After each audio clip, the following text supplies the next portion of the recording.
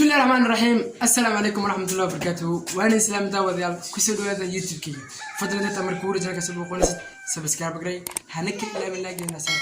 لاقي وحنا ساعة ساعة يوتيوب وقارسي تبغى أجد ما سنت كسر مقال عصب وحن فيديو كان يقدرون كله وده يقدرونه شن شيء أو أي تهينا تسكيل على ست مركات قف ولا ساعتان قف ولبا وعد مستقبل رجوين كلقبتت إن هذا لو وده يقدرون تت مد كواد وحي أي تهي إن درينك هذا قارسيت حدي درينك هاي وقرار يهي وحب ملا بيسن كردوش هكمرين سي احترام له وناك يحشمت قدرين أي كجرتو قفك أسوه فليسو مشكلة مركا تاجنا أذيو أموجنا إن أي تهي مد مستقبل هداد سلو ذاكتان بري صار نخون كرتا داو عنا حرير كي نكون نخون كرتا si wanaagsan oo ixtiraam oo ku jiro qofka kala hadal hadaba dareenkaaga marnaha qaranin mid labaad waxa ay tahay mustaqbalka hadal la'aan hadii qof aad xiriir kula jirtid mustaqbalka inaad ka hadashaa waa tiirka ugu adag oo ugu muhiimsan oo u muujiso qofka mustaqbalka bari wada wadaagi doontaan nooca uu yahay adigoo dareenkaaga ku cabiraya oo aan marna ku cabireynin qofkaasu waxa uu asaga ku soo bandhigo oo kaliya waayo waxa marar fara badan dhacdo qofku jaceelka asigu ku sheeganayo iyo dareenkiisa xoogan inaad wax ku cabirtid adigoo ilowsan kan dhabta ah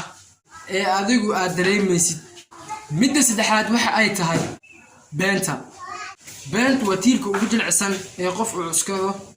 hadii aad qof aad xiriir la leedahay waxba been ha u sheegin dhaqaalahaaga been ha ka sheegin oo shakhsiyadaada been ha ka sheegin shay kasta oo aad og tahay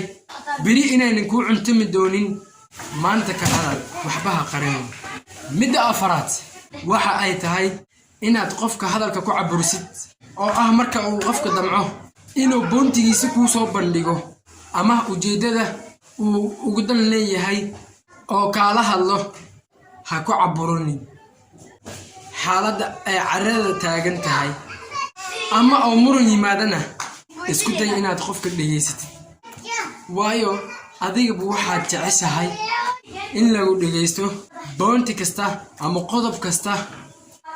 ka hadashid in la qiimeeyo sida adiga u jeceshahay in lagu la dhaqmi lahaa qofka mar walba oo la dhaqay midda shanaad waa khiyaanada waxa ay keentaa in shaatigaaga sharafta bini'aadantinimo aad ka dhex siibatid waxayna keenaysaa inaad noqotid qof liita oo tayadiisa hooseysa haddii uu qofka ku qanacsaneen waxba qof kale ha ku dul wadin haddii aad qofkan aadan ku qanacsaneen isaga ranta u sheeg xiriir walba aad ku jirtid waxaad ku dadaashaa inaad daacad u noqotid intaas ayay ku egyihiin shanta siyaabood oo inaad jeceshahay inaad xiriir adiga aad samaysatid intaas ayay ku egyihiin waxa ani ahaan ku darsanayo waxa ay tahay inaad shantan shay haddii aad isku aragtid aad ka fogaato wiilow ama gabari sida wax loo jeclaado adiga ay baray sida loo riyoodo xataa adiga ay baray inaan jaceelka aamina xataa adiga ay baray laakiin maqal la'aanta inaan noolaadana maxaad ii bari weeday si kasta aad ku faasidin daawashay muuqaalka daawata insha Allah fadlan hadaa ku caajisto waxaan ku leeyahay karaan noqo haddaad ka heshay muuqaalkan like saar si kasta aad ku faasidin daawashay muuqaalka daawata insha Allah dhamaantiin waxaan idin diraa farxad bashbash baraaqreyn amdheer cadaas waxaan u balnaa muuqaalkiisa xiga insha Allah bye bye.